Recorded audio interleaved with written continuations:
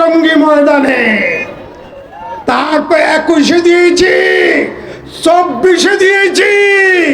24 স্বাধীন হওয়ার পরে টঙ্গী ইজতেমার মাঠে কিছুদিন পূর্বে আমাদের 3 ভাই রক্ত দিয়েছেন। আলেম ওলামাদের বিরুদ্ধে যারা যাবে, দাওয়াতে তাবলীগ তারা করার কোনো অধিকার নাই। দাওয়াতে তাবলীগ করবে উলামায়ে কেরামের নেতৃত্বে। কারণ আল্লাহ প্রথম বলছে পাইলাম আন্নাহু লা ইলাহা ইল্লাল্লাহ। প্রথম আলেম হইতে হবে। এই দেশে সারা বাংলাদেশের সকল মসজিদগুলো কারা ইমামতি করে বলেন? কারা? আলেমেরা। আলেমেরা ইমামতি করে। তাইলে তাবলীগ কোত্থেকে হয়? কোত্থেকে তাবলীগি কাজ হয় বলেন? মসজিদ থেকে।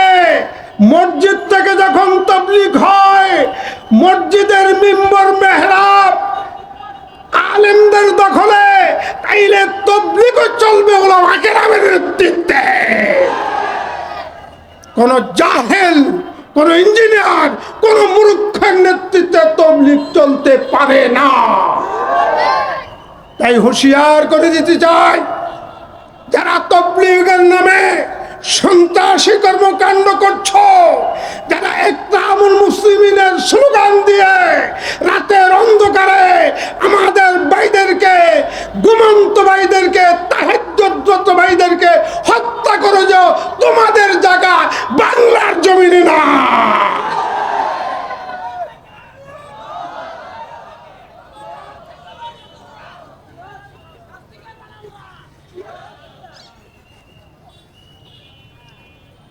کہ بے علم نہ تمہا خدا را شناخت। এলেম বাদে আল্লাহকে জানা যায়? নামাজ পড়বেন, নামাজ প্রথম শিখতে হবে, তারপরে পড়বো। তাইলে এলেম আগে, আমল পরে। দাওয়াত তাবলীগ করবেন, প্রথম জানতে হবে, তারপরে দাওয়াত দিবেন। তাইলে দাওয়াত তাবলীগের কাজ করতে হলে কি লাগবে? আলেম হইতে হবে। দাওয়াত তাবলীগ চলবে ওলামাদের নেতৃত্বে, কোন জাহিল মূর্খের নেতৃত্বে নয়। জাহিল মূর্খের নেতৃত্বে যে তাবলীগ চলবে সেটা পথভ্রষ্ট হবে, পথস্খলন হবে। তাই সরকারের কাছে দাবি জানাবো, এই দেশে ইজতেমা দুটা নয়, একটা হবে। তাবলীগের 2 পক্ষ না, এক পক্ষ চলবে।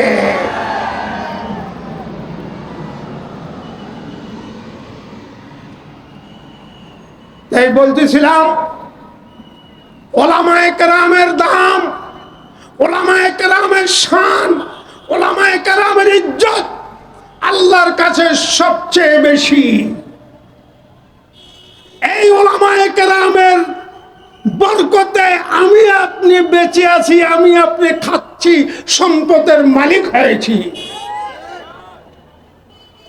তাই উলামায়ে কেরামের বিরোধিতা যারা করেন, তাদের ঈমানের খতরা আছে। ঈমানের সহিত যেতে পারবেন কিনা জানি না।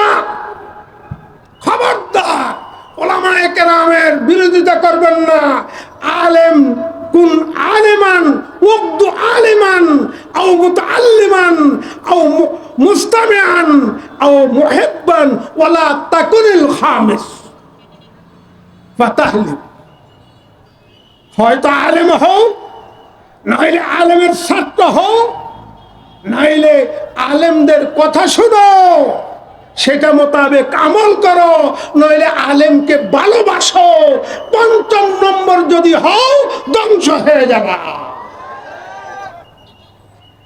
তাই আল্লাহ তাআলা ইন্না রাদনাল আমানাতা আলাস সামাওয়াতি ওয়াল আরদি ওয়াল জিবাল ফাআবাইনা মিনহা ওয়া আশফাকনা মিনহা ওয়া হামালাহাল ইনসান ইন্নাহু কানা যালুমান জাহুলা। তাআলা বলে ইন্না আরাদনাল আমানা, এই আমানতকে, এই দ্বীনকে, এই শরীয়তকে, এই কিতাবকে আমি পেশ করেছি বিশাল আসমানের সামনে। কার সামনে? আসমান, বিশাল আসমান না? ইন্না আরাদনাল আমানাতা আলাস সামাওয়াতি ওয়াল আরদ, আসমানের সামনে পেশ করার পরে আসমান ভয় পেয়ে গেছে, ভয় পেয়ে গেছে। আল্লাহ এটা আমি নিয়ে, এটার দ্বারক বাহক আমি পারবো না বলতে, ভয় পেয়ে গেছে, অস্বীকার করছে নিতে। ওয়াল আরদ, জমিনকে পেশ করলো, জমিনও ভয় পেয়ে গেছে, নিতে অস্বীকৃতি করলো। ওয়াল জিবাল, পাহাড়ের সামনে পেশ করলো, পাহাড় পর্বত বলল আমি পারবো না, ভয় পেয়ে গেছে।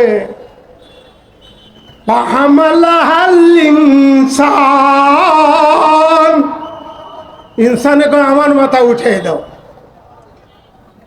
ইন্নাহু কানা যালুমান জাহুলা, আল্লাহ বলে ইনসান তুই জালেম, জাহেল। জালেম অর্থ জুলুম করে, অদর্শে ফি গায়রি মহল্লিহিকে জুলুম বলে। জুলুম যে করে, মূর্খ যে পাগল, সে জুলুম করে। জুলুমের পরিণতি যে জানে না, সে জুলুম করে। তাইলে জালেম অর্থ আমি কই পাগল, জাহেল অর্থ মূর্খ, সেও পাগল। আমি বললাম যে আল্লাহ বলল তুই ডবল পাগল। দেখেন, কথা বুঝেন। আল্লাহ আসমানের সামনে পেশ করেছে, আসমান নিল না। জমিনের সামনে পেশ করেছে, জমিন নিল না। পাহাড়ের সামনে পেশ করেছে, পাহাড় নিল না। ইনসানের সামনে পেশ করেছেন, এই কথাটা নাই। ইনসান সেখানে ছিল, ইনসানকে আমার মাথা উঠে দাও। আল্লাহ বলবো আসমান নিল না, জমিনে নিল না, পাহাড় নিল না। ইনসান তুই যখন উঠে নিছ, তোকে ধন্যবাদ। আল্লাহ বলা উচিত ছিল কি, তোকে ধন্যবাদ। আল্লাহ বলে তুই ডবল ভাগো। কথাটা হইল, বুঝছেন নি আমার কথা? আল্লাহ কি বললেন? তুই ডবল ভাগো। আল্লাহ বলার দরকার ছিল তোকে তোকে ধন্যবাদ, মাশাআল্লাহ তুই উঠেছ। আসমান, জমিন, পাহাড় এত শক্তিশালী মখলুক না, খুলিকাল ইনসানু যায়ীফ, ইনসান দুর্বল, দুর্বলে উঠাই নিল। ইন্না নাহনু নাযালনা যিকরা ওয়া ইন্না লাহু লাহাফিজুন। আমি উদাহরণস্বরূপ বলি, বুঝার জন্য একটা দৃষ্টান্ত দিচ্ছি। এই মাদ্রাসার মতন সাহেবের ধরেন 4 ছেলে, ওনার কয় ছেলে আমি জানি না, আমার কিন্তু 8 ছেলে। 4 জনে বুখারী শরীফ পড়ায় আলহামদুলিল্লাহ, আর 3 জনে হাদিস পড়ায়। 8 ছেলে হাফেজ, ছোটটা হেদায়েতুন নূর পড়ে, মেয়ে একটা, মেয়েটা হাফেজ আলহামদুলিল্লাহ। তো এখন ওনার 4 ছেলে, 4 ছেলে, বড় ছেলেকে বিয়ে করাবে, এই জন্য উত্তরা বাজারে গেছে, সদাই টদাই করবে, সাথে 3 বড় ছেলেকে নিয়ে যাচ্ছে। ছোটটা বলে আব্বু আমিও যাব। খুব খেয়াল করে শুনেন। এখন বাপে এন নিরুপায় হয়ে গেছে, বাইরেও নিরুপায় হয়ে গেছে, তাকে না নিয়ে পারছে না। এখন তারে গলায় কাঁধে করে কোন রকম নিয়ে গেছে বাজার পর্যন্ত। নেওয়ার পরে বাজারে যখন বড় বস্তার মধ্যে বাজার সদাই করেছে, বড় ছেলে বলে আব্বা এটা মাথায় নাও। আব্বা এটা আমি পারব না। হ্যাঁ আব্বা, বেয়াদবি মাফ করবেন, এটা আমি মাথায় নিয়ে যাব, পথে পড়ে যাবে, সব টাকা শেষ হয়ে যাবে, আপনি বদদোয়া দিবেন। আপনি 10 টাকা 20 টাকা দিয়ে একটা কুলি লোন, তাইলে সহজ হয়ে যায়। বড় ছেলে করল, বাপের আনুগত্যশীল ছেলে, বড় ছেলে ভয় পেয়ে গেছে, নিচেছে না, অস্বীকার করলো। মেজেরা দেখো বাবা তুমি নাও, হেও বললো আব্বা আমি পারব না, ভয় পেয়ে গেছে। সেজোটারে বললো বাবা তুমি নাও, সে ভয় পেয়ে গেল, সে অস্বীকৃতি করলো। ছোট পিচ্চিটাকে আমার মাথা উঠাই দাও। এখন বা একটু উঠে দাও। ওই আসার সময় যেরকম জেদ করে আসছে, এখন মাথায় বস্তা উঠাই জিদ করছে। এখন বাপে মাথার মধ্যে বস্তাটা উঠে দিয়ে এবার ওজনটা হাতের মধ্যে ধরে রাখে, আর ছেলে মনে করে আমি নিয়ে যাচ্ছি, আসলে ছেলে তো নিচ্ছে না, নিচ্ছে বাপে। হয় এরকম। বাজার করে যখন বাসার গেটে যান, ছোট বিচ্ছিটা দৌড়িয়ে আসে, আমার হাতে দাও, তখন তার হাতে দিয়ে ওজনটা কার হাতে রাখেন? নিজের হাতে রাখেন। তদ্রুপ ওই বাপে ওজনটা ধরে রাখছে, ছেলে মনে করছে আমি নিচ্ছি, ছেলে তো নিচ্ছে না, নিচ্ছে কে? বাপে।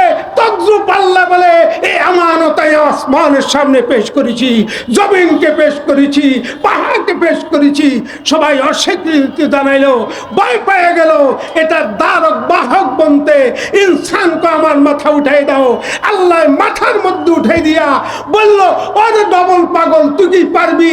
এটা আদরের গালি, ডবল পাগল। আল্লাহ বলে ইন্না নাহনু নাযালনা যিকরা ওয়া ইন্না লাহু লাহাফিজুন। আমি নাযিল করেছি, এটার হেফাজতের দায়িত্ব কার? আল্লাহ। এজন্য আর রহমান আল্লামাল কুরআন।